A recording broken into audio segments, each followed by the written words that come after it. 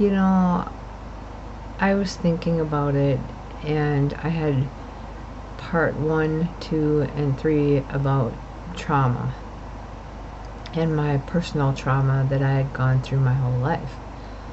However, I think I deserve to make a part 4 that has a little bit of everything: trauma, happiness, all that.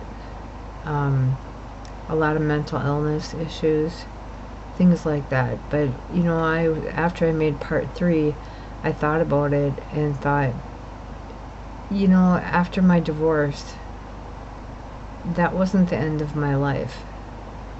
My life had begun again. I had met David. I spewed to him my entire life before I met him. And I met him in 2017 on Thanksgiving, of all days. And everything was fantastic. Until he had his first stroke. And then I had to adjust to a whole new person. He had changed so much. And on top of it, he has rage. So we would get in arguments, and it would be, I'm gonna fucking leave. Or, you might as well just fucking leave. And that's what was said. We tried separate bedrooms. We tried a whole bunch of different things. And none of it worked. We always ended up back together. And we've been together for just about 8 years. But I think about trauma that him and I went through. In the beginning, when he told me he couldn't have children, I was devastated. I was so sad, because we were still young enough that if we were both fertile, we could have had a child together, and that would have made us really happy. Maybe. We talk about it. If we would have a baby, it would be like this. If we'd have a baby, oh my God, we'd, you know, be trapped. I don't want to say trapped, but, you know, we'd be tied down, where now we have children, but they have 4 legs, and we're somewhat tied down. He can go up to where we used to live because he can drive. I can't, so I'll probably never go back there again. And then we need somebody to watch our children here at home. So we get a little vacation when we get to be apart.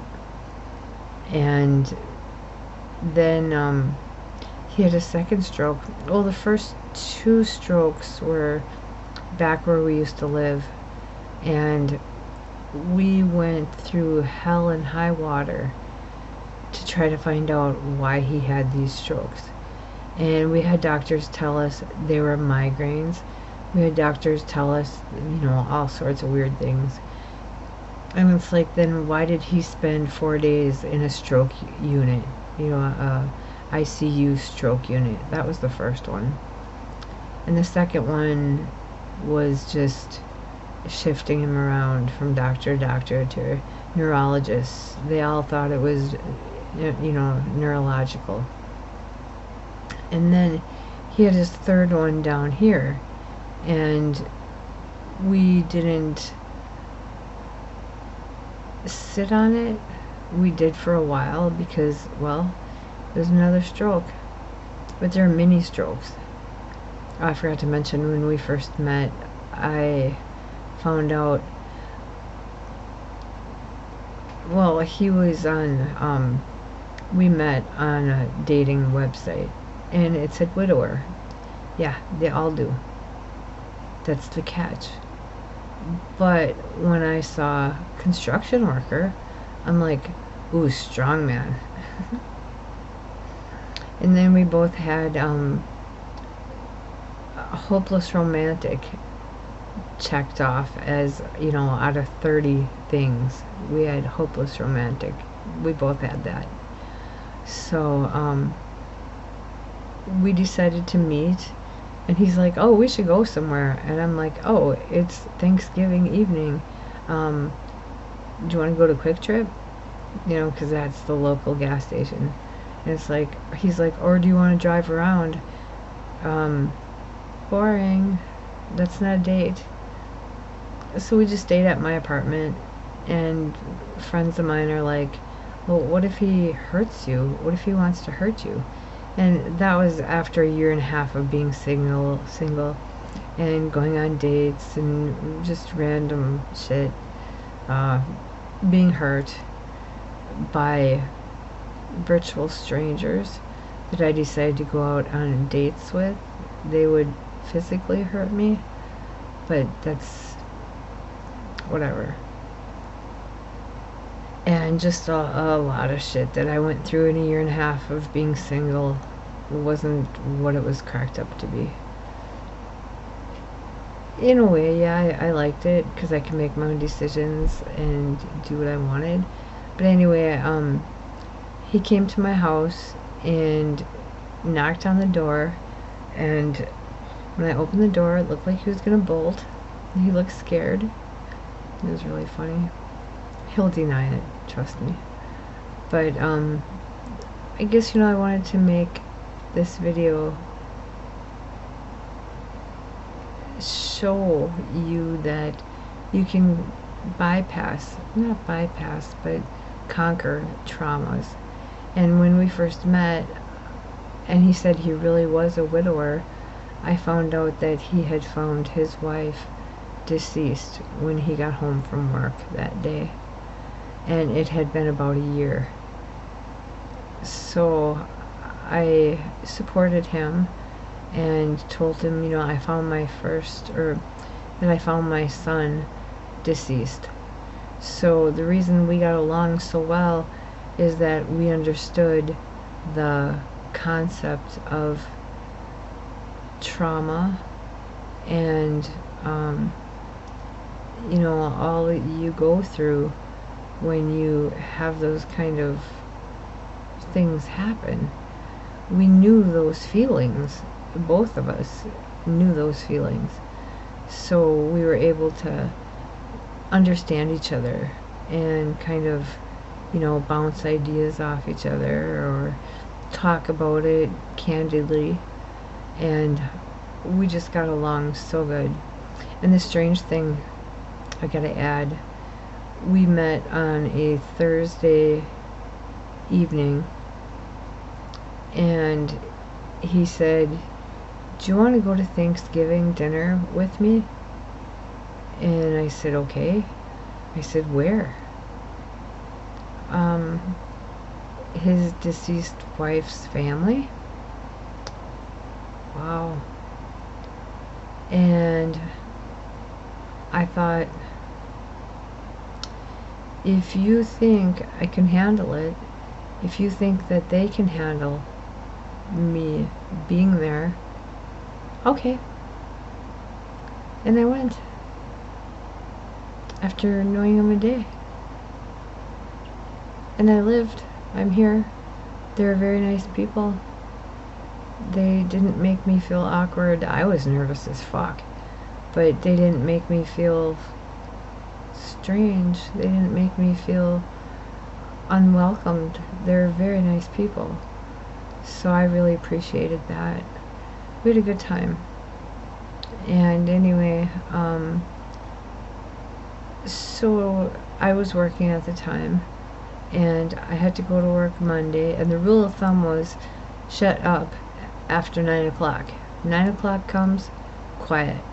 Because we just talked nonstop in the communication. And we set down rules of, we tell each other everything. We hide nothing. We don't play games.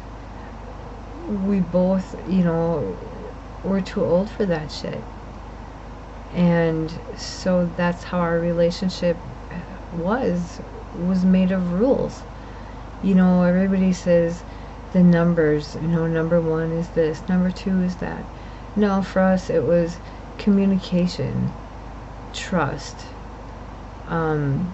love, and all that gooey shit came in at the bottom of the list because we had both been married. I had been married three times. He had been married twice. So we kind of knew how marriage was, how betrayal was, how, how things were and how things worked. So we kind of knew what kind of rules we were going to follow. And almost 8 years later, we still follow them. We're still really good about it. We have a great relationship. I always say I'm not jealous, I'm territorial. I can look at a guy and say, oh, he's hot, and everything's great. David's secure. Me, if he won't even look at a woman and say she's hot because I'll hit him. No, I won't hit him. But I'll be territorial. It's just me. So him and I together have had many traumas, and we're just examples that traumas won't stop you from living, that you can find happiness again. Yeah, there's many times that we just want to hit each other in the head with a brick, and we have bricks. But I wanted, to make a fourth video stating that traumas aren't the end of the world. As a matter of fact, he was diagnosed bipolar after many, many years. He was diagnosed with bipolar. He has rage. I have to deal with that. But I've learned how. When he gets in one of his rage episodes, I have a way of calming him down. I've saved his life 3 times because of his strokes. Otherwise he would have died. Then I really would have had trauma. But we're still individuals. We manage at our ages to cope through hard times, because lately he had this is a kicker, he had an ultrasound and echocardiogram, something that our previous state never did after the 3 or 4 years that he had seen all these experts, and they never did it. So he had it down here, and come to find out he has a hole in his heart, and that's trauma. But I asked the doctor flat out, is that what caused his strokes? And he said yes. Well, if only they would have maybe checked on that, we wouldn't have gone through a second and a third. And then there's doctors down here that are arrogant pricks that say, oh, your 4th one is going to be your last one. I can't believe you made it past 2. And they're just, that's not supportive. That's not helpful. So he is going to find out. He has to go a little over an hour from here to the hospital and find out when he's going to have a surgery. Because what happens is if he sits too long, and it's just a pinhole, but it was enough to cause 3 strokes. And they had to do surgery where they could see from the front how big the hole was, or if he had a hole. And the doctor's like, or the technician, he's like, yeah, 20% of people, they're born with holes in their hearts, and like it was no big deal. It's like, fuck yeah, it's a big deal to us. I had to save his ass 3 times. I joke a lot with him, and he knows it. so he's not gonna take offense to this. And if he does, well, then I'm gonna divorce him. And I always threaten him with that because we're not married. So, or I always tell him to go to his room. You know, I joke around with him. But anyway, so it's just a pinhole. But if he's stationary too long, the hole can get a clot. And then if all of a sudden he starts to do vigorous activities, that clot can break free and go to his brain, and he can have a stroke. So he's kind of damned if he does, and he's damned if he doesn't, because either you're going to be stationary or you're going to be active. Well, you kind of have to be both. So we're just trying to bide time until he can find out when he can have the surgery. Because I asked the doctor, is this something repairable? Is this something you can fix? And he's like, yeah. So that's the good news.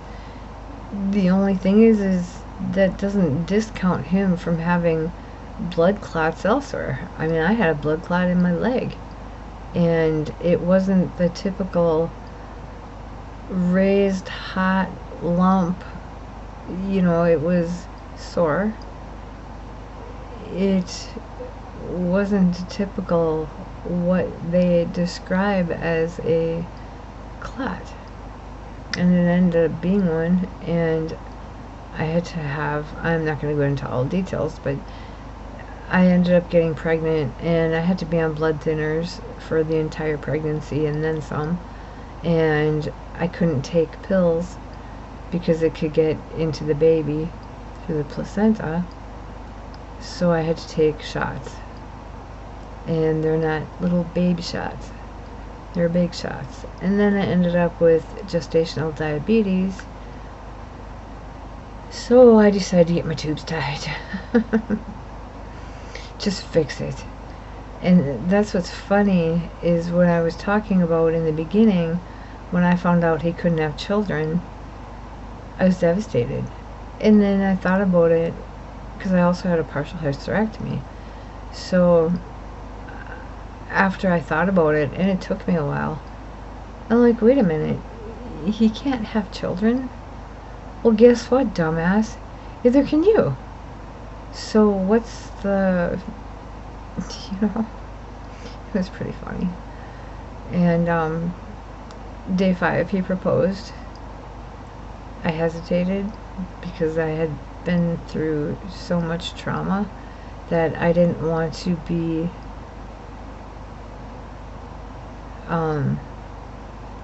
guess let down. I didn't want to get into a relationship just to be fucked over. I was really cautious. But I said, yes, I suppose. No, I probably did say that because I'm such a smartass. But yeah, we've been together 8 years, or just about 8 years. The 23rd? God, he's gonna kill me if I don't know. We've been together since then, in 2017, and it's been a challenge because of our pasts. Because an ex did this, or an ex said that. And it just snaps you back to that time of, fuck you. Don't talk to me that way. Don't treat me that way. And it isn't intentional. It's just something that happens. And then the traumas we'd been through kind of haunt us. You know, like I said, sometimes death is better than divorce, because with death, the person is no longer there to harass you, to stalk you, to follow you, to bother you. Where with divorce, they still exist. They can bother you, harass you, or anything at any time. My ex just ignores me, which pisses me off, because there's sometimes things that are pressing that I need to talk to him about, and I can't. He's a dick anyway. But, no, I decided that my life didn't end with my divorce. That I have a good life and a good man right now who takes really good care of me. But having borderline personality disorder, I tend to pull away. I tend to be distant. And it's getting and gotten worse to where I'm just like kind of, yeah, whatever half the time. But they're also messing with my medications, so that doesn't help. It's like you just want to take the pills and shove them up their ass and say, leave me the fuck alone. You really do. After all this time, you just don't want to do it anymore. Just get sick of it. And then he's on, he'll go to the doctor and they'll, oh my god, your blood pressure is skyrocketed. You need to go on blood pressure medications. So it's like, oh great. So he gets a medication and start on it, and then, it'll give him side effects or whatever, and he'll go off of it and his blood pressure will be fine. Well, it depends who checks it. What's really funny is I went to a doctor's appointment once and I threw out 3 sets of zeros. She checked my blood pressure with my shirt on, or first with my jacket on, with my shirt on. I pulled my sleeve off so she could do it, on my bare skin. 3 sets of zeros. And I'm acting just like I am now, and we can't figure out why I'm throwing zeros. I do have low blood pressure, but that was really low. And everybody's scared. And I'm laughing my ass off. I think it's funny. Because the last time I saw zeros like that was my first husband when he was close to death. So, yeah, it freaked me out a little bit. Am I gonna keel over here? No, I'm too spunky for that shit. I'm like the poster child of health. Believe it or not, with all the coughing. That's just from smoking. It's from, yeah. But they take all my blood pressure, or not my blood pressure, I'm sorry. My blood pressure is great. But, all my blood tests all come back perfect. I don't know how. I don't eat much, so maybe that helps. But there are things that I have to do, like being on lithium, I have to have salt. Well, salt creates this. I had edema really bad in my legs. They're finally better now, but 2 or 3 weeks worth, my legs were just quad size. They're huge. My feet were so big. I couldn't walk because I couldn't bend my toes or my ankles. 5 years ago, I had a total knee replacement. The statistics show that they're not very successful. They fail a lot. Well, guess what? I'm in that batch of statistics. My knee, and it says it right in my medical records, in quotation marks, that it's a fucking piece of shit. And when I was going for SSI and I was looking over my my records and I saw that it was in there, I'm like, oh, the nurses really do pay attention. So yeah, I mean, him and I have had our ups and downs like normal couples, I guess, or couples that act perfect don't have ups and downs. They're fake. We don't fight about money. We don't fight about anything except sex. Not gonna lie. We don't fight about money. We don't fight about anything. But that's the one thing we fight about. And not like, I don't know. I'm not gonna get into it because it's personal. But yeah, that's, most couples fight about money, about kids, about jobs, about bills, about, not us. I fight about, you didn't wipe. I turned off my stupid, I turned off my screensaver, but I think what it is my screen, my monitor actually times out on its own. So I'm going to have to look into that. But most couples, they fight about all that. And, from bills to kids to,